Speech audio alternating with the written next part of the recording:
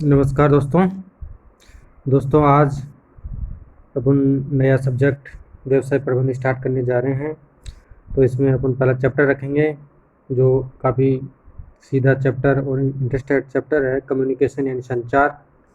साथियों, कम्युनिकेशन को पढ़ने से पहले अपन जानना चाहेंगे कि कम्युनिकेशन क्या होता है, उसका अर्थ और परिभाषा क्या होती है, उसकी विशेषताएँ, उसकी प्रक्रिया के तत्व, चरण और प्रभावशाली संचार के क्या लाभ है, उनके क्या महत्व हैं, संचार के प्रारूप तथा प्रकार कितने प्रकार का होता है और प्रभाव की दिशा के आधार पर संचार के प्रकार क्या होते हैं। इन चीज़ों का आज अपन विस्तार से अध्ययन करेंगे तथा संचार के अंदर कौन कौन से साधन सम्मिलित किए जाते हैं, उनमें कौन कौन सी बाधाएं आती है और संचार के कौन कौन सी तकनीकें हैं, आदि चीज़ों का अपन आज विस्तार से अध्ययन करेंगे। तो साथियों, स्टार्ट करते हैं बिना देर किए। देखिए, संचार क्या होता है मोटे मोटे रूप में देखिए तो कम्युनिकेशन यानी संप्रेषण। किसी भी संस्था हो या विभाग हो, कोई भी हो, उसमें एक मुख्य रूप से अधिकारी से लेकर कर्मचारी के मध्य जो अ, जो एक तरीके से कम्युनिकेशन यानी जो पत्राचार मानो या वर्बली मानो जो भी कार्य किए जाते हैं, एक सूचना को दूसरी तरफ सूचना को पहुंचाना तथा अन्य क्षेत्र की सूचना को अपने पास लेना, इन चीज़ों को कम्युनिकेशन कहा जाता है। देखिए, एक संस्था के लिए संचार व्यवस्था का उतना ही महत्व है जितना कि मानव जीवन के लिए रक्त संचार का। प्रत्येक संस्था के अस्तित्व के लिए संचार प्राथमिक आवश्यकता है। संचार एवं संचार व्यवस्था के बिना कोई भी संस्था प्रभावी रूप से अपने कार्यों का संचालन नहीं कर सकती है। यानी साथियों, कहने का तात्पर्य है कि जिस तरीके से मानव शरीर में रक्त का महत्व होता है, उसी तरीके से किसी भी संस्था या व्यापार में संप्रेषण का महत्व होता है, यानी सूचनाओं का आदान प्रदान करना अति आवश्यक होता है। संस्थाओं के सभी सदस्यों को अपने वरिष्ठ अधिकारियों, प्रबंधकों, अधीनस्थों एवं सहकर्मियों के बीच संदेशों का आदान प्रदान करना पड़ता है। यानी कहने का तात्पर्य यह है कि संप्रेषण के अंतर्गत जो संस्था के अंतर्गत सीनियर ऑफिसर्स होते हैं, मैनेजर्स होते हैं, सबऑर्डिनेट कर्मचारी या सहकर्मी होते हैं, उनके बीच सूचनाओं को आदान प्रदान करना पड़ता है, उसे ही संप्रेषण कहा जाता है। ठीक है साथियों, अब एग्जाम में क्वेश्चन पूछा जा सकता है कि संचार ऑब्लिक संप्रेषण व्यवस्था के अर्थ और परिभाषा क्या होती है। पिछली बार आया था एक क्वेश्चन कीथ डेविस वाला, तो देखते हैं। संचार ऑब्लिक संदेश संप्रेषण वह प्रक्रिया है जिसके द्वारा दो या अधिक व्यक्ति संदेशों के आदान प्रदान के साथ साथ उनसे संबंधित अर्थों यानी उनसे संबंधित दो इमोशंस होते हैं, फैक्ट्स होते हैं, जो राय, तर्क, सूचनाएं, विश्वास, आपसी समझ आदि का भी आदान प्रदान करते हैं। यानी जो अपन में जो व्यक्ति संप्रेषण करता है दूसरे व्यक्ति को, वो अपनी भावनाएं, अपने फैक्ट्स, अपनी सहमतियां, तर्क, सूचनाएं, विश्वास आदि दूसरे व्यक्ति के सामने प्रकट करता है। इस प्रकार स्पष्ट है कि संचार संप्रेषण एक व्यवस्थित एवं सतत प्रक्रिया है। देखिए साथियों, एग्जाम में क्वेश्चन पूछा जाए कि जो संचार होता है वो एक तरीके से व्यवस्थित होता है, एक तरह से पूर्व नियोजित होता है तथा एक सतत रूप से यानी अनवरत रूप से चलने वाली प्रक्रिया होती है जब तक व्यवसाय का अस्तित्व बना रहता है। यानी संचार के बगैर व्यवसाय में किसी भी कार्य को किया जाना संभव नहीं है। उनके विचारों, तथ्यों, अर्थों, मनोवृत्तियों, आपत्तियों, संपत्तियों एक्सेट्रा का आदान प्रदान करते हैं। अभी आपको बताया था कि जो संचार किया जाता है वो एक व्यक्ति से दूसरे व्यक्ति के मध्य किया जाता है। जो जो संचार व्यक्ति करता है व्यक्ति, वो अपनी भावनाएं, उसके तथ्य, उसकी सहमतियाँ, मनोवृत्ति, अर्थों आदि को दूसरे सामने वाले व्यक्ति के सामने प्रस्तुत करता है ताकि वह जो वो चाहता है उसके माध्यम से वो उसे रिप्लाई दे सके या वो अपनी जानकारियों को दूसरे व्यक्ति से प्राप्त कर सके या अपनी जानकारियों को दूसरे व्यक्ति को दे सके।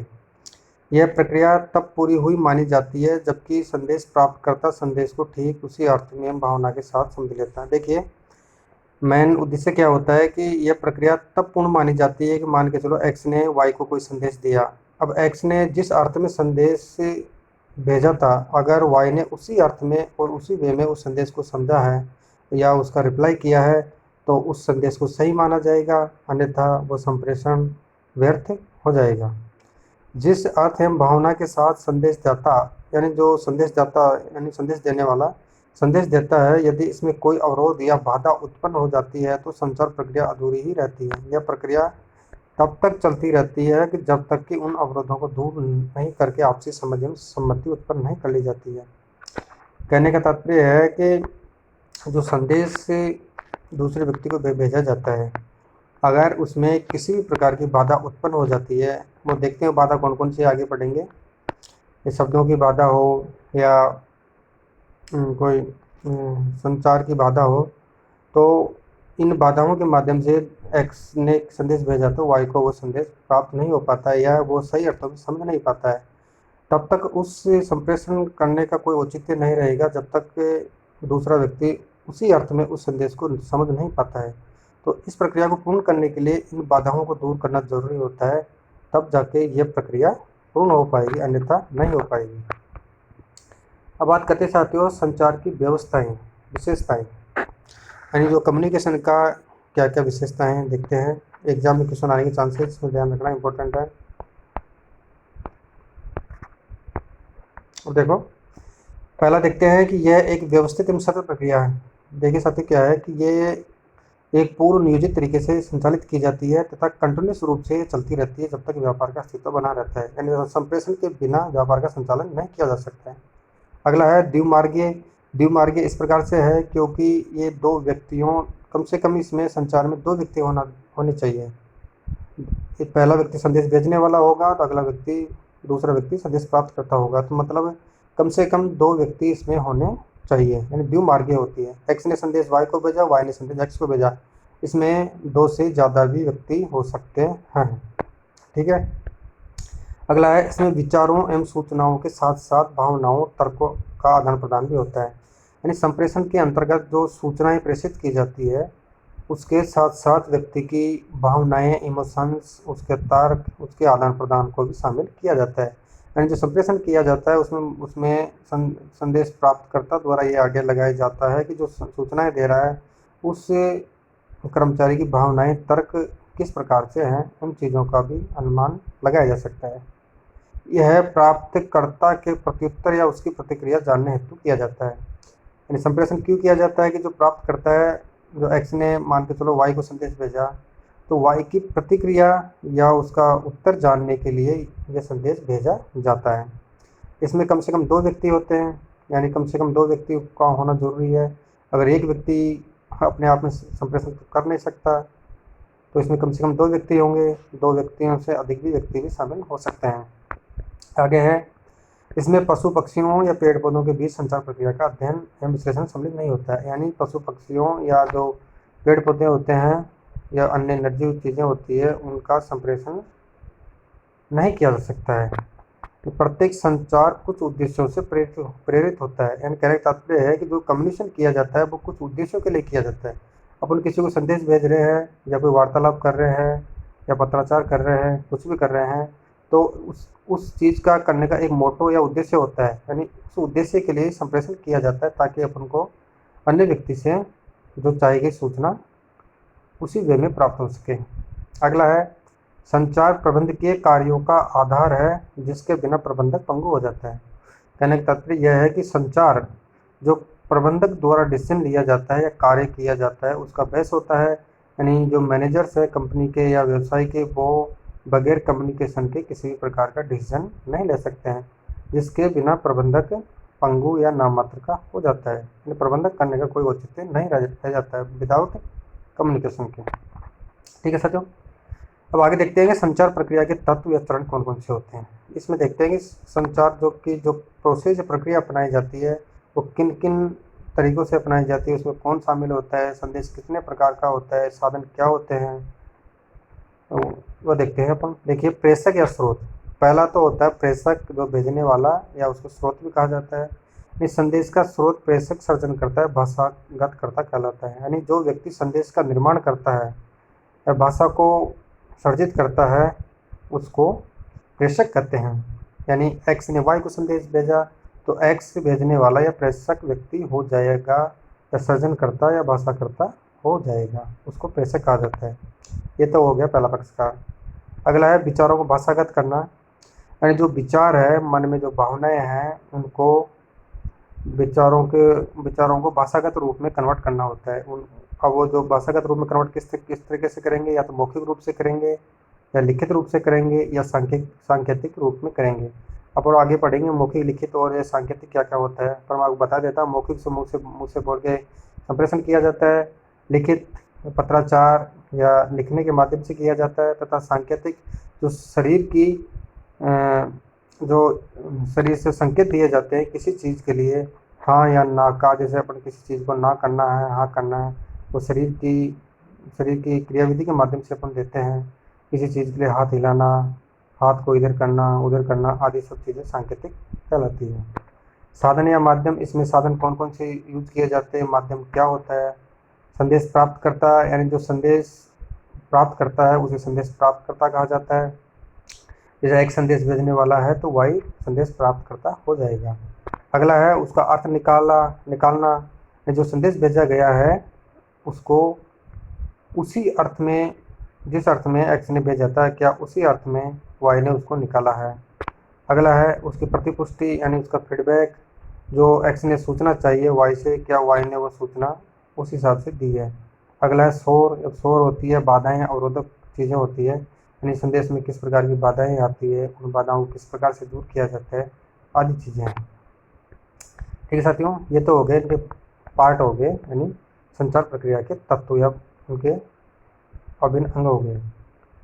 अब बात करते हैं संचार के बढ़ते महत्व के कारण, यानी जो कम्युनिकेशन का महत्व है वो इस ज़माने में किस तरीके से बढ़ रहा है, उसका क्या लाभ है, यानी संस्था को या व्यवसाय को किस तरीके से संचार से लाभ प्राप्त होते हैं। देखिए, पहला तो है कि संगठनों के आकार में वृद्धि हो गई है, यानी जो व्यापारिक संगठन हैं वो काफ़ी मात्रा में बड़े हो रहे हैं, उनका क्षेत्र काफ़ी मात्रा में असीमित है, इसलिए कम्युनिकेशन की आवश्यकता पड़ती है।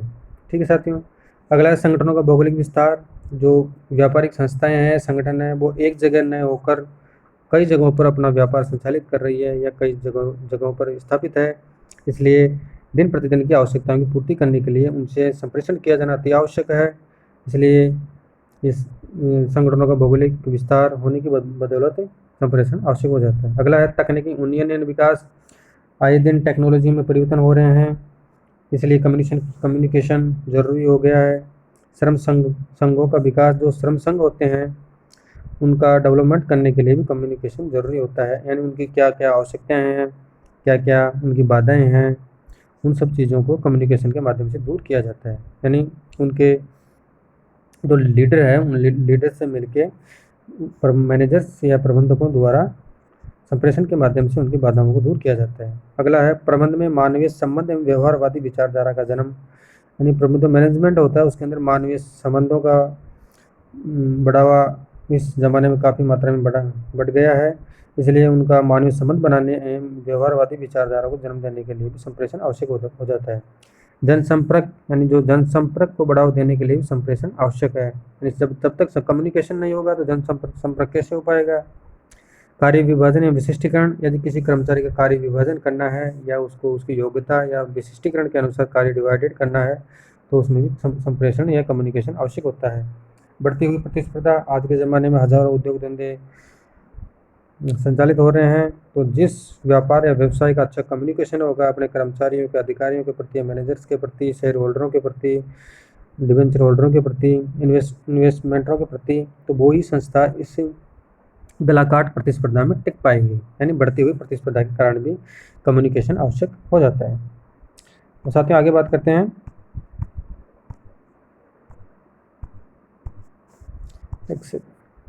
यानी अब बात करते हैं प्रभावशाली संचार के लाभ या महत्व क्या क्या है। यानी जो ऊपर तो बात की कि अपने ऊपर तो बात की कि संप्रेषण क्यों आवश्यक है, अब बात करते हैं कि प्रभावशाली संचार की क्या लाभ और महत्व है। देखिए, प्रभावशाली संचार अपनाएंगे तो स्वाभाविक है कि संस्था को लाभ होगा, अन्यथा उसके अभाव में संस्था अपना लक्ष्य निर्धारित नहीं कर पाएगी, लक्ष्यों को प्राप्त नहीं कर पाएगी। साथ ही पिछले एग्जाम में ये क्वेश्चन आया था इसका परिभाषा वाला, किच डेविस वाला, तो आपको चांसेस है कि इस एग्ज़ाम में भी कॉन्सेप्ट चैप्टर में किसी भी प्रकार की परिभाषा पूछी जा सकती है, तो आप परिभाषाओं को छोड़े नहीं। ये एग्जाम में एक एक क्वेश्चन बहुत ही महत्वपूर्ण होता है। देखते हैं इसको। किसी भी संस्था के निर्बाध संचालन में संचार प्राथमिक आवश्यकता है। साथियों, क्या है कि किसी भी संस्था को निर्बाध या अवरोधक बाधाओं को दूर रखते हुए यदि उसका संचालन या ऑपरेटिंग करना है तो उसकी प्राथमिक आवश्यकता ही कम्युनिकेशन संप्रेषण होती है। अब इसमें प्रमुख प्रबंध शास्त्री कीथ डेविस ने क्या कहा, देखिए।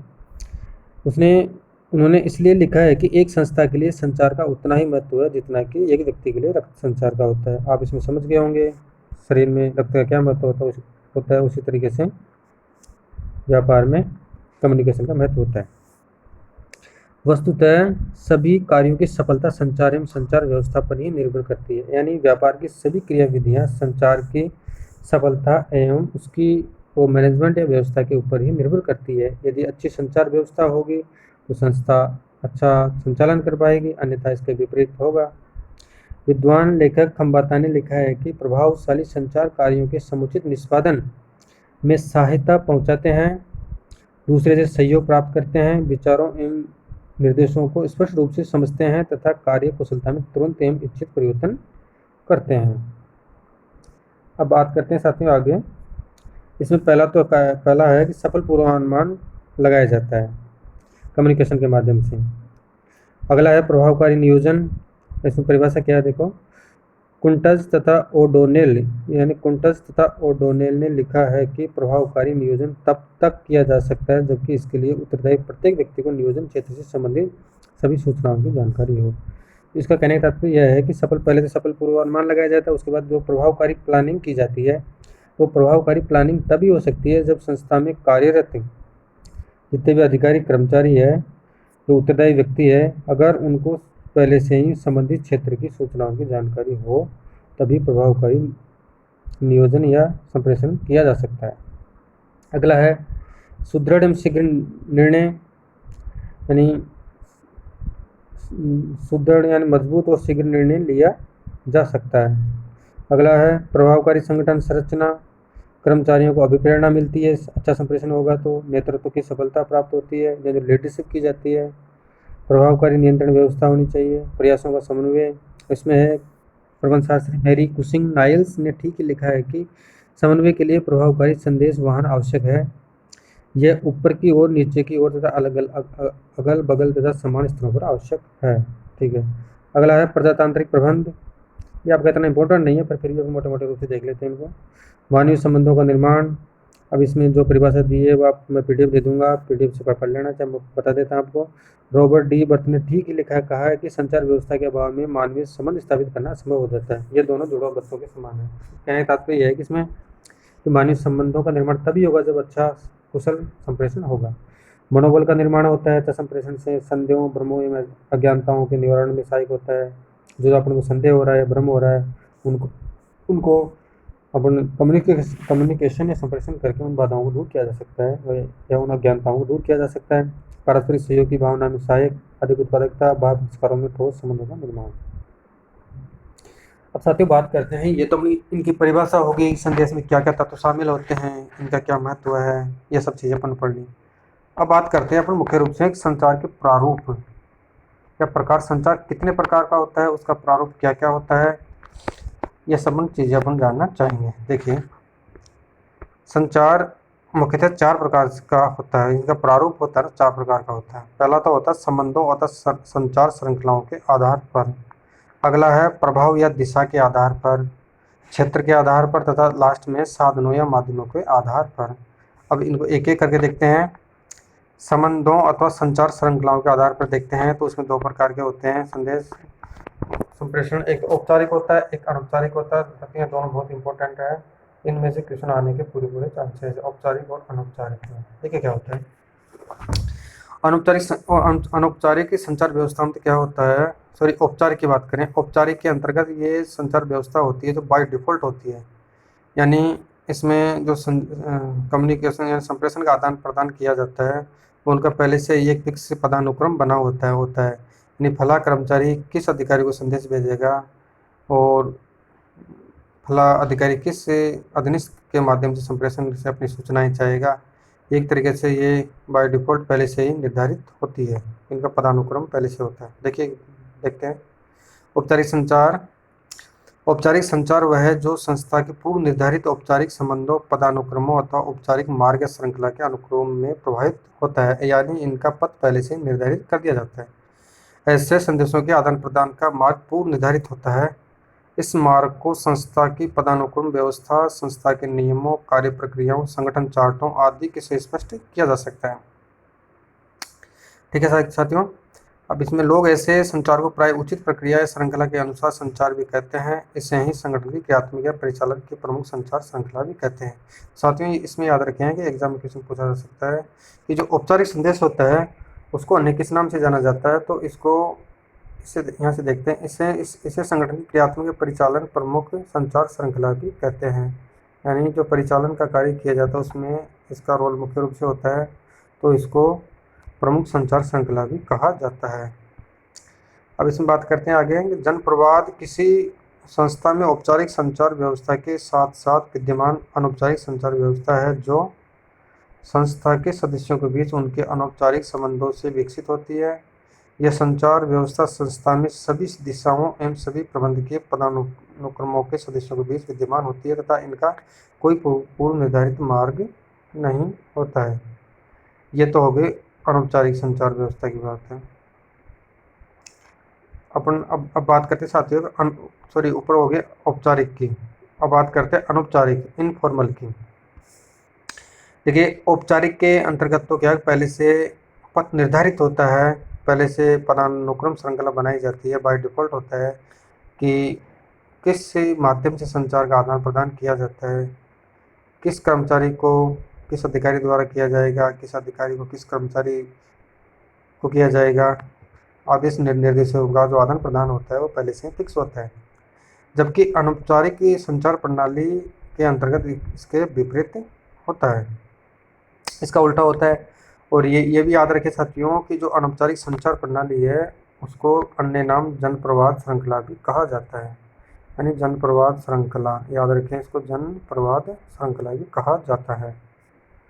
ठीक साथियों, अब इसमें देखते हैं क्या है कि जब किसी संस्था के दो या अधिक प्रबंधक कर्मचारी आपस में संदेशों का आदान प्रदान अपनी औपचारिक स्थिति के कारण नहीं करते हैं बल्कि अपने आपसी व्यक्तिगत या सामाजिक संबंधों के कारण करते हैं, तो वह अनौपचारिक संचार कहलाता है। यानी कहने का तात्पर्य यह है कि जो अनऑफिशियल कार्य किए जाते हैं, यानी जो औपचारिक संचार व्यवस्था थी उसमें तो एक तरीके से नियमानुसार पहले से श्रृंखला फिक्स होती थी, लेकिन अनौपचारिक संचार व्यवस्था के अंतर्गत अधिकारी या कर्मचारी जो अपनी स्थिति होती है व्यापार में या अपना पद होता है या उसके हिसाब से, उस चयन के हिसाब से संदेशों का आदान प्रदान नहीं करते हैं, बल्कि वे अपने संदेशों का आदान प्रदान व्यक्तिगत या सामाजिक संबंधों के आधार पर करते हैं।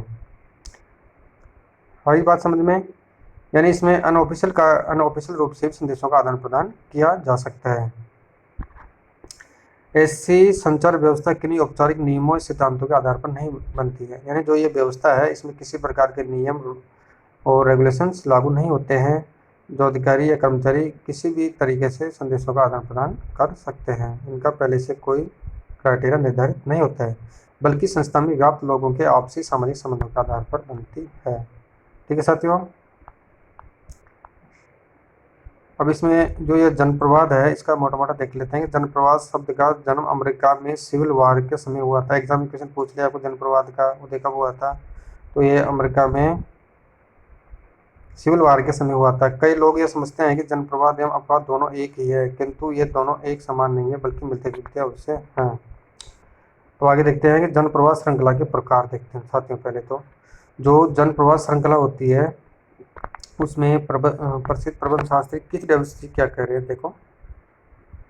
कीथ डेविस के अनुसार जनप्रवाद श्रृंखलाएं 4 प्रकार की पाई जाती है। कितने प्रकार की होती है साथियों, याद रखना आपको, एग्जाम क्वेश्चन पूछे। पहला तो होती है एक लड़ी श्रृंखला, अगली होती है गपशप श्रृंखला, तीसरे नंबर की होती है संभावना श्रृंखला, और लास्ट की होती है समूह या भीड़ श्रृंखला। ये सब चीज़ें आपको याद रखनी पड़ेगी। 4 प्रकार की श्रृंखलाएं होती है, एक लड़ी वाली, एक गपशप श्रृंखला, एक संभावना श्रृंखला, एक समूह या भीड़ वाली श्रृंखला। अब देखते हैं इनको आगे। ये तो अपना, अब दूसरा नंबर का ऊपर अपने देखा कि संचार के प्रकार थे, उसमें 4 प्रकार के प्रकार होते हैं, जिसमें से पहला पढ़ दिया अपने संबंधों अथवा संचार श्रृंखलाओं के आधार पर। अगला पढ़ेंगे प्रभाव या दिशा के आधार पर। इसमें पहले वाले में तो औपचारिक और अनौपचारिक होता है, और प्रभाव की दिशा के आधार पर संचार को देखते हैं। इसमें साथियों संचार 3-4 प्रकार का होता है, जिसमें पहला तो होता है अधोगामी संचार, दूसरा होता है ऊर्ध्वगामी या ऊपरीगामी संचार, समतल या क्षैतिज संचार, और लास्ट में एक अंतर्विभागीय या विकर्णीय संचार होते हैं। अब इसको देख लेते हैं कि जो संचार प्रकार होते हैं मोटे मोटे रूप में बताता हूँ आपको। अधोगामी क्या होता है, देखिए अधोगामी संचार व्यवस्था के अंतर्गत संदेशों का प्रभाव उच्च स्तर से निम्न स्तर के कर्मचारियों को किया जाता है, यानी इनका संप्रेषण का कार्य किया जाता है। सूचनाओं को या जानकारियों को आदान प्रदान करने का कार्य उच्च, जैसे प्रबंधक है तो प्रबंधक द्वारा अपने निम्न स्तर के कर्मचारियों को किया जाएगा, यानी ऊपर से नीचे की तरफ जो संप्रेषण किए जाते हैं उसको अधोगामी संचार व्यवस्था कहते हैं। क्या कहते हैं साथियों, जो ऊपर से नीचे की तरफ संचार का आदान प्रदान किया जाता है उसे अधोगामी संचार व्यवस्था कहते हैं। क्या कहते हैं, अधोगामी। साथियों याद रखिए, अधोगामी परिभाषा पूछी जा सकती है कि अधोगामी संचार क्या होता है। अब आगे बात करते हैं उर्ध्वगामी या ऊपरगामी। इसमें इसका विपरीत होता है, यानी जो नीचे से ऊपर संदेश भेजे जाते हैं, यानी अधीनस्थ कर्मचारी द्वारा अधिकारियों को जो संदेश दिए जाते हैं या उनके द्वारा जो सूचनाएं चाहिए गई है उनको ऊर्ध्वगामी या ऊपरीगामी संचार कहते हैं। और समतल संचार या क्षैतिज संचार जो समान स्तर के कर्मचारी अधिकारी होते हैं या समान स्तर के विभाग या शाखाएं होती है उनमें संदेशों का आदान प्रदान किया जाता है, उससे ही समतल क्षैतिज संचार कहते हैं। और अंतर्विभागीय संचार व्यवस्था के अंतर्गत क्या होता है कि अंतर्विभागीय व्यवस्था के अंतर्गत जो अंतर्विभागीय विभाग होते हैं उनमें कर्मचारी में आपस में संदेशों का आदान प्रदान किया जाता है, उसे अंतर्विभागीय कहते हैं। और विकर्णीय संचार में क्या होता है कि इनका कोई फिक्स निस्तर नहीं होता है। अधोगामी संचार व्यवस्था में तो ऊपर से नीचे की तरफ होता है, ऊर्ध्वगामी में नीचे से ऊपर की तरफ होता है, समतल में समान स्तर के कर्मचारी के मध्य होता है, जबकि विकर्णीय संचार व्यवस्था के अंतर्गत कोई स्तर फिक्स नहीं होता है। इसमें ऊपर से नीचे भी हो सकता है और नीचे से ऊपर भी हो सकता है या अन्य माध्यम से भी हो सकता है, इसलिए इस व्यवस्था को आड़ा या तिरछा संचार व्यवस्था भी कहा गया है। साथियों उनको विस्तार से देख लेते हैं। अपन बात करते हैं अधोगामी संचार की, यानी जब संदेशों का प्रभाव उच्च अधिकारियों से अधीनस्थ अधिकारियों एवं कर्मचारियों की ओर होता है तो उसे अधोगामी संचार व्यवस्था कहते हैं। अधोगामी में संदेश में लिखित भी हो सकते हैं, मौखिक भी हो सकते हैं, सांकेतिक भी हो सकते हैं या अन्य प्रकार भी हो सकता है। देखिए यह तो हो गया अधोगामी। अगला ऊर्ध्वगामी में या ऊपरीगामी संचार व्यवस्था भी कहा जाता है इसको। यह वह संचार है जो अधीनस्थों से अधिकारियों की ओर प्रभावित होता है। इस संचार में कर्मचारियों के प्रतिवेदन शामिल होते हैं, कर्मचारियों के कार्य की समस्याएं शामिल होती है, कर्मचारियों के अधीनस्थों की प्रतिक्रियाएं जो उनका रेस्पॉन्स है, आदेश निर्देश पर अधीनस्थ की प्रतिक्रियाएं आदि शामिल होते हैं। किसमें होते हैं, ऊर्ध्वगामी या ऊपरीगामी संचार व्यवस्था के अंतर्गत। अब बात करते हैं समतल या क्षैतिज संचार व्यवस्था की।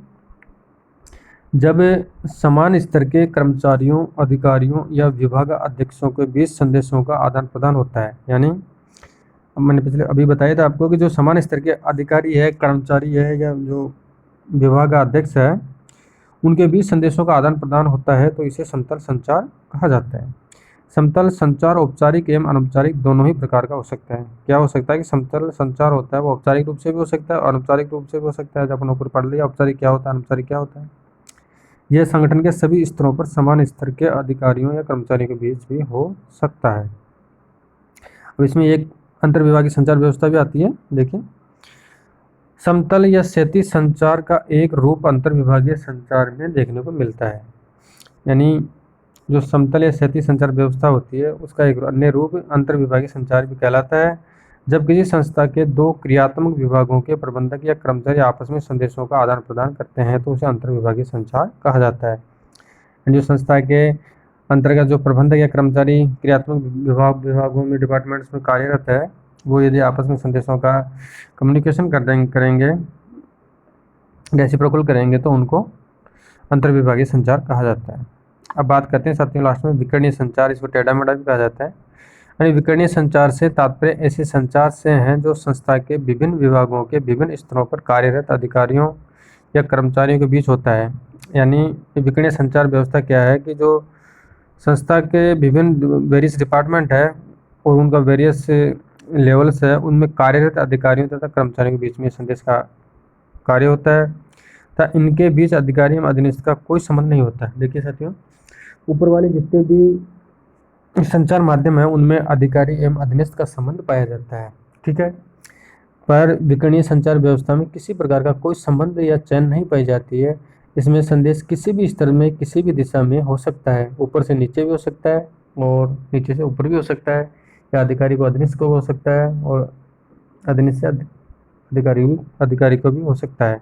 यानी इसमें किसी प्रकार की कोई चयन नहीं पाई जाती है। विकर्णीय संचार को आड़ा या तिरछा संचार भी कहते हैं। साथियों याद रखिए, एग्जाम क्वेश्चन आ सकता है कि विकर्णीय संचार होता है उसको अन्य किस नाम से जाना जाता है। तो ध्यान रखें कि विकर्णीय संचार व्यवस्था को आड़ा या तिरछा भी जाना जाता है, क्योंकि इसमें किसी प्रकार का पथ या जो अधीनस्थ अधिकारी या कर्मचारी की जो व्यवस्था अपनाई जाती है उसमें किसी प्रकार का संबंध नहीं पाया जाता है, इसलिए इसको आड़ा या तिरछा या विकर्णीय संचार भी कहा जाता है। क्योंकि यह संचार के संपूर्ण संस्था में किसी भी अधिकारी कर्मचारी द्वारा किसी भी अन्य विभाग के किसी भी स्तर के अधिकारी कर्मचारी के बीच होता है। ऐसा संचार सामान्यतया पदानुक्रम व्यवस्था के अनुकूल नहीं होता है,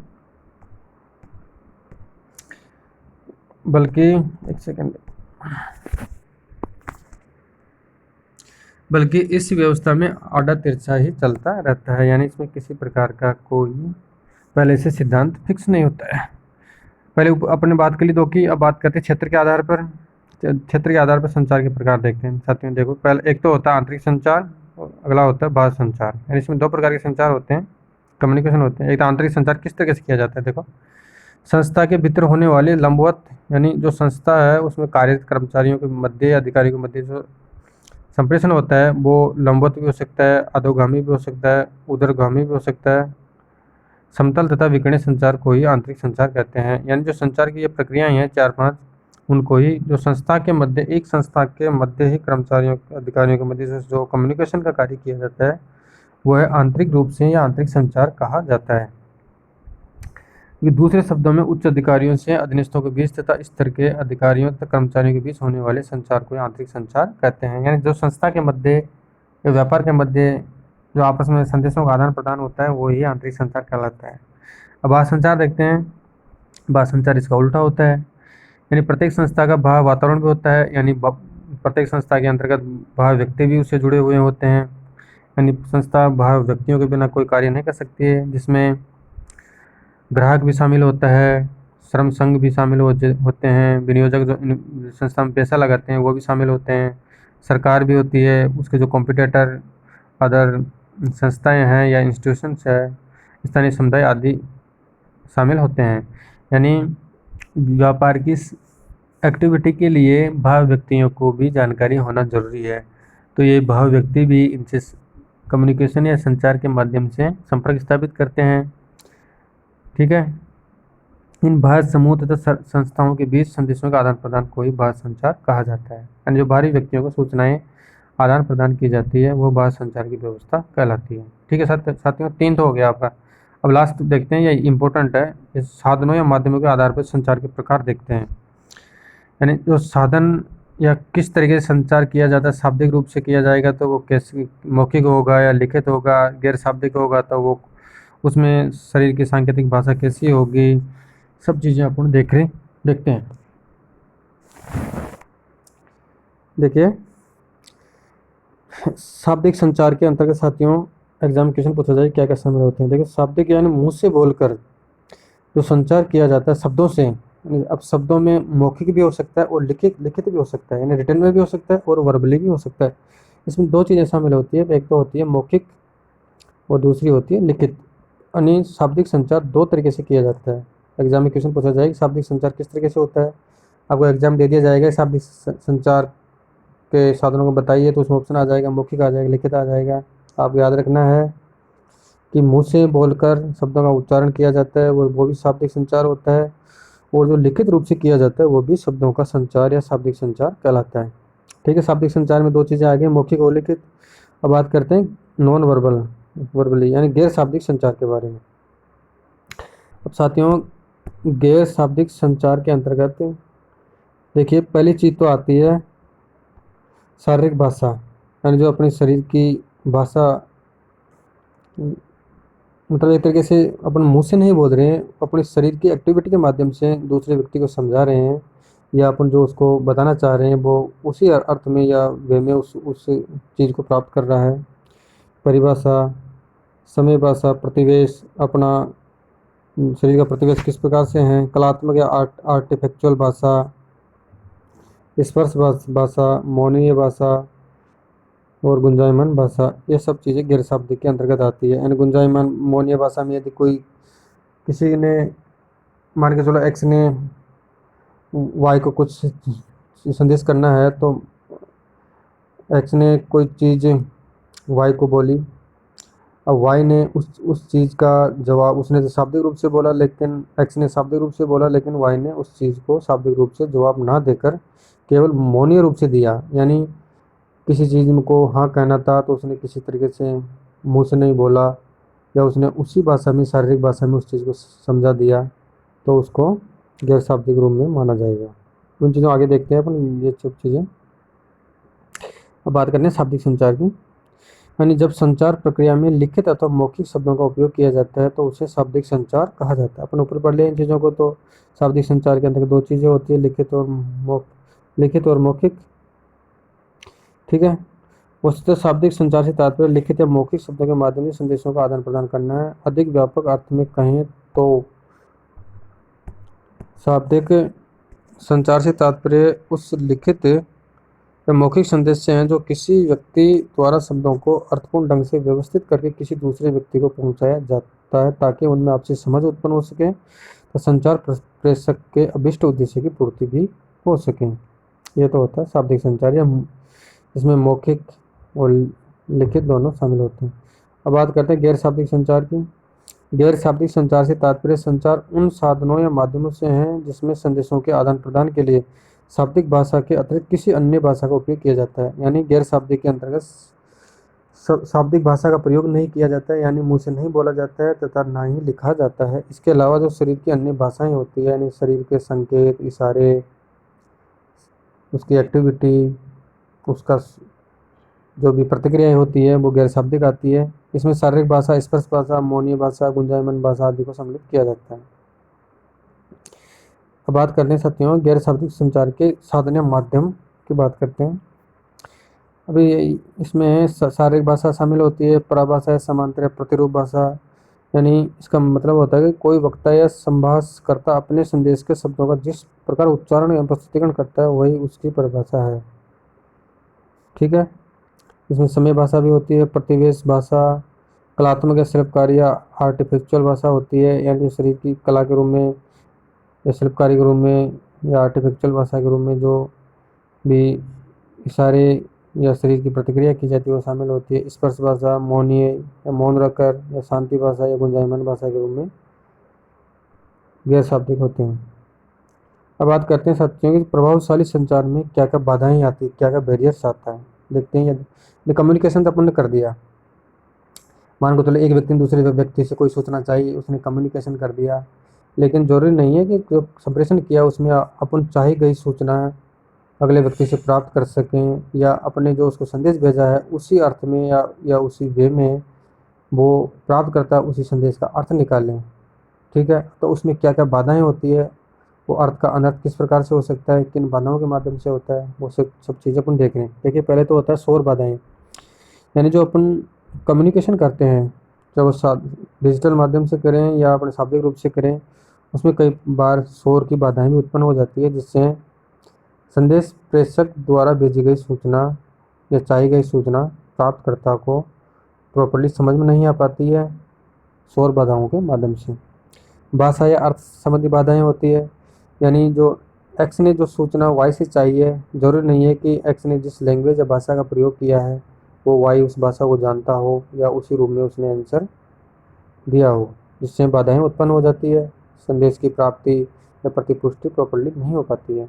अगर ये सांस्कृतिक बाधाएं में देखिए, हर क्षेत्र की संस्कृति अलग अलग तरीके की होती है, भाषाएं अलग वेरियस टाइप्स की लैंग्वेज होती है। तो जिस तरीके से संदेश से प्रेषक ने सूचना जिस संस्कृति या भाषा में भेजी है, तो अगले प्राप्तकर्ता द्वारा वो सूचनाएं उसी संस्कृति में उपलब्ध करवाई नहीं जा सकती है। ये सब बाधाएं उत्पन्न हो जाती हैं। सामाजिक और मानसिक बाधाएं उत्पन्न होती है। जो समाज का रवैया क्या है, उसकी मानसिक स्थिति क्या है, ये सभी बाधाएं भी होती हैं। भावनात्मक बाधाएं होती है। अवबोधन की बाधाएं होती है। परसेप्शन की, मतलब अवबोधन परसेप्शन, वो उसने उस व्यक्ति को उस चीज़ को किस रूप में समझा, किस रूप से आंसर दिया। सूचना चयन की बाधाएं होती है।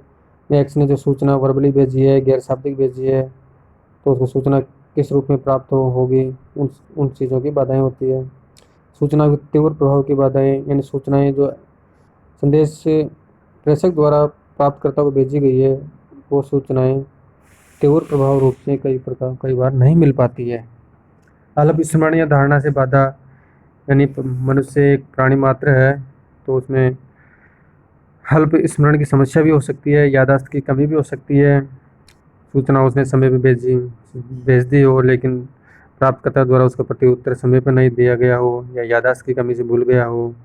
अल्प श्रवण की बाधाएं, मानो संदेश प्रेषक ने अपना संदेश प्राप्तकर्ता को भेज दिया, लेकिन प्राप्तकर्ता की श्रवण संबंधी कोई बाधाएं हैं, तो वो उसको उन चीज़ों को प्रॉपर्ली समझ नहीं पाता है। इस कारण से सुनने की संबंधित बाधाएं भी उत्पन्न हो सकती है। उद्देश्य भिन्नताएं, अस्पष्टता की बाधाएं, यानी जो एक्स ने उद्देश्य कौन सा चाहा है, वाई ने उस उद्देश्य को किस रूप में समझा है, या स्पष्टता या जो क्लैरिटी है, अस्पष्टता है, उस संबंध में बाधाएं उत्पन्न हो सकती है, क्योंकि जो उद्देश्य एक्स ने चाहा वो उद्देश्य वाई ने नहीं समझा हो, या उसका चाहे गई सूचना के हिसाब से उसने प्रत्युत्तर नहीं दिया हो। संगठन संरचना की बाधाएं, देखिए संगठन संरचना एक प्रॉपर्ली रूप से चलाई जाती है। अधिकारी अधीनस्थ का संबंध पूर्व निर्धारित उद्देश्य से पूर्व निर्धारित तरीके से निश्चित किया जाता है, लेकिन कई बार संगठन संरचना प्रॉपर्ली नहीं बनाने के कारण भी संदेश का संप्रेषण सही ढंग से नहीं हो पाता है। पद या अवस्था की बाधाएं, कई बार पद या उनकी स्थिति के हिसाब से बाधाएं उत्पन्न हो सकती है, यानी किस पद के हिसाब से किस कर्मचारी को या अधिकारी को संदेश प्रेषित किया जाएगा, उन संबंध की बाधाएं उत्पन्न हो सकती है। अनौपचारिक संचार की बाधाएं भी आ सकती है, जो पूर्व निर्धारित होता है उनमें कई बार बदलाव आ जाता है, इस तरीके से बाधाएं उत्पन्न हो जाती है। परिवर्तन के विरोध की बाधाएं हो जाती है। ठीक है साथियों, ये तो इसमें मोटी मोटी बैरियर्स हो गई। प्रभावशाली संप्रेषण में कौन कौन सी बाधाएं आती है, तो याद रखना आप इन चीज़ों को। अब आगे बात करते हैं संचार की बाधाओं को दूर करने के सुझाव। देखिए ऊपर तो थी बाधाएं, अब नीचे बात करेंगे इनको दूर करने के क्या क्या उपाय हैं। पहला तो है कि प्रत्यक्ष संचार, यानी कम्युनिकेशन में यदि मुख्य रूप से प्रत्यक्ष फेस टू फेस संचार किया जाए तो वो सबसे बेस्ट माना जाता है, क्योंकि उसका समय पर ही संप्रेषण हो जाता है और समय पर ही तुरंत ही अपन को चाहिए गई सूचना प्राप्त हो जाती है। ये सबसे बड़ा उपाय होता है, यानी प्रत्यक्ष संचार व्यवस्था अपनाई गई तो उससे अपन को काफ़ी लाभ होगा।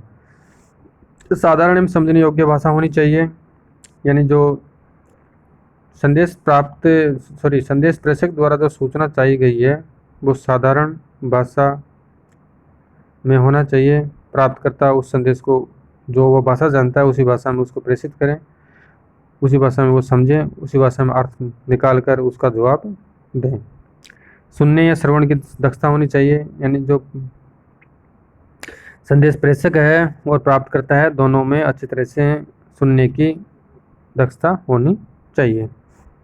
अगला है विश्वास एवं सद्भावना। क्या है अगला?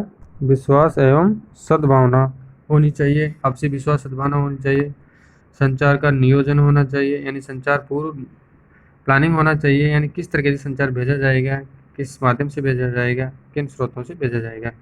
यथा समय संप्रेषण, यानी जब किसी भी पक्ष द्वारा जो सूचना चाहिए गई है वो चाहिए गए समय के हिसाब से उसको उपलब्ध होनी चाहिए। उसको चाहिए कोई, मान के चलो कोई सूचना चाहिए उसको 2 घंटे में, अगर वो 2 घंटे में सूचनाएं नहीं दे पाता तो उसका कोई औचित्य नहीं रहता है। तो इससे यथा समय संप्रेषण होना चाहिए और प्रतिपुष्टि समय पर होनी चाहिए। संगठन स्तर में कमी होनी चाहिए, यानी जो ज़्यादा मैक्सिमम संगठन स्तर होंगे, वेरियस लेवल्स होंगे, तो उसमें संप्रेषण काफ़ी देर से पूछेगा और संप्रेषण को गलत तरीके से पेश किया जा सकता है। इसलिए संगठन स्तरों में कमी होनी चाहिए। आत्मनिर्भर होना चाहिए संप्रेषण भेजने वाले और प्राप्तकर्ता को। संचार के अनेक मार्ग हो सकते हैं, आपसी सहयोग होना चाहिए, पूर्वाग्रह से बचना, यानी संदेश भेजने वाले और प्राप्तकर्ता को पहले से किसी भी प्रकार की प्रेडिक्शन या पूर्वाग्रह नहीं बनानी चाहिए कि संदेश इस तरीके से में प्राप्त होगा या इस तरीके से आएगा। उसको तो भेजी गई सूचना को अच्छी तरह से समझना चाहिए और अच्छी तरह से समझ के जो चाही गई सूचना है उसी के हिसाब से फीडबैक या प्रतिपुष्टि देनी चाहिए और व्यवस्थित संचार व्यवस्था अपनानी चाहिए, यानी जो सिस्टमेटिक तरीके से कम्युनिकेशन की प्रणाली अपनानी चाहिए। ठीक है साथियों, ये तो हो गए इनके समस्याओं को दूर करने के सुझाव। अब बात करते हैं संचार की आधुनिक तकनीकें क्या क्या हैं। देखिए साथियों, आज का ज़माना पूरा टेक्नोलॉजी पर आधारित है। पहले का ज़माना अलग तरीके का था, लेकिन आज टेक्नोलॉजी के माध्यम से कम्युनिकेशन किया जाता है, जिसमें देखिए कम्युनिकेशन संप्रेषण किस माध्यम से किया जाता है। पहला तो है मेल या ईमेल के माध्यम से होता है, अगला होता है इंटरनेट के माध्यम से होता है, फैक्स के माध्यम से भी होता है, लेकिन फैक्स का ज़माना अब नहीं रहा है। वॉइस मैसेजिंग के माध्यम से होता है, वीडियो कॉन्फ्रेंसिंग होता है, वेबसाइट से होता है, लैन से होता है, लोकल एरिया नेटवर्क से होता है, मैन तथा वैन से होता है, सेलुलर फ़ोन आदि माध्यमों से कम्युनिकेशन का कार्य किया जाता है। ठीक है साथियों, आपने आज कम्युनिकेशन के बारे में पढ़ लिया। कम्युनिकेशन कितने प्रकार का होता है, कैसे होता है, अधोगामी क्या होता है, उर्ध्वगामी क्या होता है, समतल क्या होता है, विकर्णीय क्या होता है, और इनके बाधाएं क्या क्या होती है, बाधाओं को दूर करने के क्या उपाय है, और संचार की आधुनिक तकनीकें क्या क्या है, आदि सब चीज़ों का आपने विस्तार से अध्ययन कर लिया है साथियों। तो आपका ये कम्युनिकेशन चैप्टर कंप्लीट हो गया है साथियों, और मैंने इसकी पीडीएफ भी प्रिपेयर कर रखी है। तो किसी भी साथी को पीडीएफ चाहिए तो मेरे संपर्क करके पीडीएफ भी ले सकते हैं आप नॉमिनल चार्जेस पर। ठीक है साथियों, आज का आपका ये कम्युनिकेशन चैप्टर कंप्लीट हो गया है। आपको किसी प्रकार की क्वेरीज है तो मुझे मैसेज करें, मैं आपको बता दूंगा, और अपन नेक्स्ट अगला चैप्टर स्टार्ट करेंगे। तो ठीक है साथियों, आज के लिए इसमें से मेरे हिसाब से 1 या 2 क्वेश्चन आने के चांसेस है कम्युनिकेशन में से। ज़्यादा हार्ड चैप्टर नहीं है, ईजी चैप्टर है। ठीक है, थैंक यू।